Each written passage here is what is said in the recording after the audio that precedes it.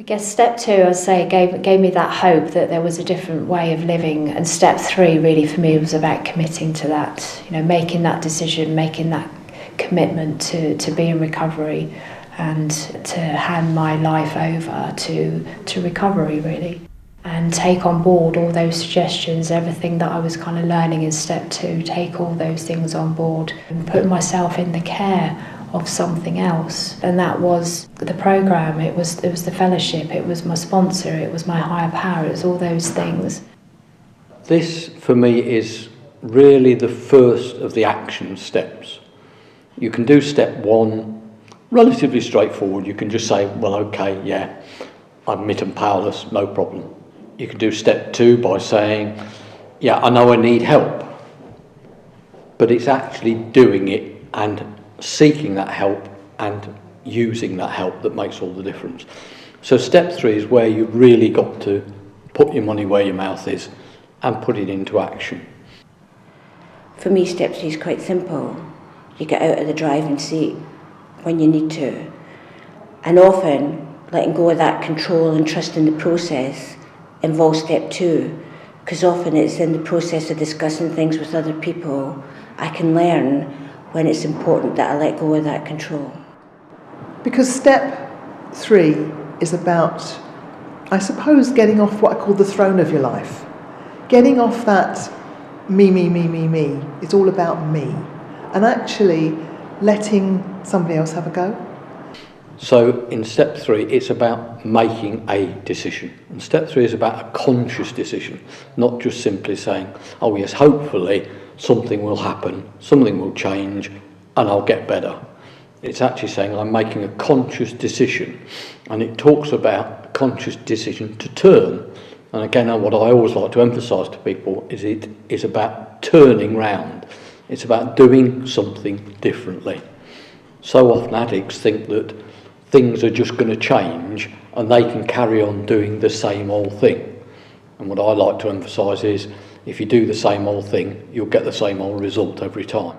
Addicts will come into recovery, they'll see step 1, they'll see the words powerlessness and unmanageability, understand it, look at step 3, see God and think, oh no, I'm not interested in this. In step 3, we need to be able to let go and have some trust, and that trust will begin to develop in step 2. And this is the step where we begin to put it into action in step 3. Letting go is an action. I need to actually say, okay, I'm going to give someone else a go. It's not, again, don't worry about the God thing. Letting go and letting God is what you'll hear. Well, how about letting go and letting your higher power, which could be, as I say, at the moment, your peers if you're in treatment. It could be your meetings if you're going to NA and AA meetings. It could be friends. But sometimes we need to think that we don't know best. We need to think that we haven't got it sus, because do you know what? We haven't. I had a problem with this step because I had a problem with the word God. I had a big problem with that because I didn't kind of believe in God as or how I kind of saw it, the religious concept of it. So I found that quite difficult because I had a real resistance to that sort of stuff. But the good thing is because I had kind of started engaging in my 1 and 2, and I've been connecting with other people, with other human beings who were kind of this belief system, it kind of helped and supported me in kind of finding a new way of approaching it.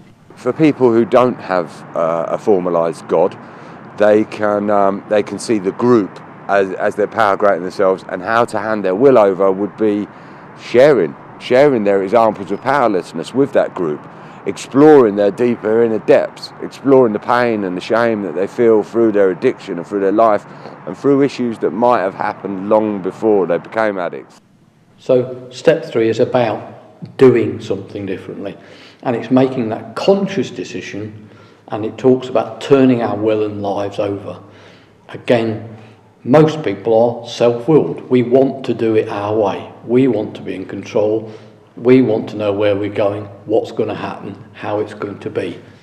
Because we've got egos, and you know what? We like to do our own thing, and we like to say what we want to say and do what we want to do. And so actually being slightly humble, let's hope, and listening to what other people have got to say and then doing it is quite hard. So self-will is one of the things that I needed to address. And self-will, as I kind of learnt about it and now understand it really, was kind of all made up of my old belief system really, about don't trust anyone and, you know, don't tell no one nothing, and, you know, all this kind of keeping people locked out and keeping me locked in. And self-will was a lot about that for me. So some of my decisions that I'd made, especially kind of in my cycles of relapses, was that I kept people locked out and me locked into this self-defeat cycle, if you like. And that was my self-will, trying to do it by myself and coming up short every time. So it's very important in step 3, accepting that we can't do it by our own willpower, and that we can't live our lives in the way we want it to live, but we've got to live life again on life's terms. So that's really important, that we accept we've got to hand that over and trust. What we have with addicts is quite willful people who are self-centred, closed-minded, and what we're asking them to do is to let go of that, let go of the fear and uncertainty, and hand that over to something that they can't see, feel or touch. And that's quite difficult for people that are quite controlling, because they feel that they're in control of their illness, their disease, their addiction, by being able to hold on to it. And what we're asking them to do is to let go of that.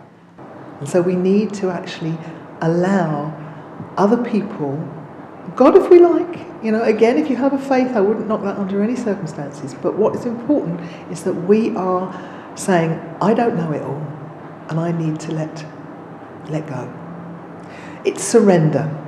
It's surrender. It's surrender of step 1, I'm powerless over this illness. Surrender step 2, I need help. And surrender, I actually need to allow the help to happen. I need to let go and let the help happen. You know, I was quite aware that I spent years trying to control my using and doing things my way, and it doesn't work. You know, I needed to put my life into the care of something else. You know, for me, it doesn't mean that something is going to tell me how to live my life. It just means putting my life in the care of. You know, so I just know, you know, deep inside, I know that whatever happens, I'm going to be okay. If I keep doing the right things, if I keep doing what's suggested, if I keep listening to that inner voice, if I keep listening to other people in recovery and following guidance and suggestions, that I will be okay. It's not about just abdicating responsibility. It's about exploring it. It's about taking responsibility when that's appropriate, but letting go of the control and giving myself and other people a break when that's appropriate as well. So handing a will over can be just interacting with a group. It can be coming into a treatment centre and the treatment programme as a whole, handing their will over to a programme that's going to help them get better. It may be to a fellowship such as AA or Narcotics Anonymous, where they hand their will over. They might not want to go to a meeting 3-4 times a week, but in order to get better, they need to hand that will over and go to the meeting, and it may help them to get better. Well, it will help them if they engage with it. For my step 2, which was I gained a bit more open-mindedness, I gained a bit more trust, is that someone come up to me and said, well, step 3 is not really about God, it's more about making a decision. And I thought, I could do that. I can make a decision. So my decision was to continue to work the rest of the steps and to continue on this kind of this journey through the 12 steps and changing the way I was in the world, my attitudes and my behaviours. And I started to see things happening. You know, my life started to change. I started to change being in recovery.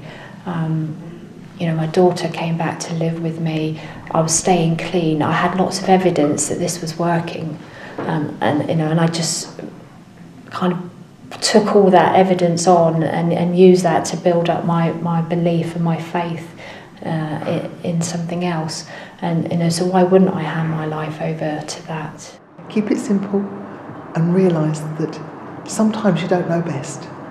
So it is letting go and letting someone else have a go. And that's what I've done. And that was my step 3 process of making a decision to turn my will and my life over. Because it was sort of like, it wasn't, I was handing someone my will and my life and say, right, you crack on with it and you're responsible for it. It's more about me taking responsibility. So I was accountable for my actions and I was responsible for the next right thing. A lot of people get themselves in a bit of a knot because it talks about handing it over to God. Now, that language can upset some people, it can be difficult for some people. Again, what I would like to do, I always put full stops in, which means good, orderly direction. It doesn't matter what the higher power is, as long as it's not yourself, as long as you're moving away from doing it your own way. It's about asking for help. It's about using that help and utilising it. Because when I kind of looked at that word God, and it was just sort of like, oh no, I can't be doing that. It seems like a cult sort of thing, you know. But when it's kind of just, well, all I need to do is connect with people, do some service with people, maybe do some service in my community as well, and kind of give back a little bit, and try and re-educate myself, or educate myself, because I wasn't really educated anyway. And the other thing it says about the care of God, and people often miss those words, and those words are so important because this is about recognising that it's on our side. Whatever we see our higher power as, it's working for us. That makes it a bit easier. So this step really is about saying, okay, I put my hands up, I surrender, I can't do it myself, I know I need help, and I'm going to access that help. It means trusting other people, it means using the resources around me to help me to stay on the right path. As human beings, we're very communal animals, and we like to interact and we like to share our problems, and I believe we grow emotionally, physically and spiritually by talking and interacting. And if somebody doesn't share their deeper innermost, then they've got to carry that, and it can ruin their self-esteem. They can keep it as their dirty, dark secret if it's something around abuse issues or shame from crimes or whatever else they may have committed within addiction. So if I'm going to work step 3 for me, what I'm actually first of all going to do is listen. And that's the most important thing. I'm going to give somebody else a try. I'm going to listen to what they're going to say, and I'm going to say, do you know what, I'll try that. I'll give it a go. So this step is really about having the faith and the commitment to continue with practicing the rest of the 12 steps and the spiritual principles behind it. It was a whole journey of something that I'd kind of leaned away from in my old life. You know, I leaned away from kind of doing the right thing, and I'd always done the wrong thing. So now it was all like an extreme of change, is that I make a decision to do the right thing. You know, be good to people. You know, be good to yourself, help others. You know, so that was the decision that I made in step 3, and that for me was step 3. The actions that I took to better myself, to better my life, and to better my relationships. That was step 3. This is the first step that uses the word God. For me, having knowing that could be whatever it means to me was also something very special. So to have that freedom to develop my own belief in a God, in a higher power that was okay for me. It was just what I needed, really, because I always knew that there was something, always wanted something to believe in, but it just didn't fit with this belief that I had.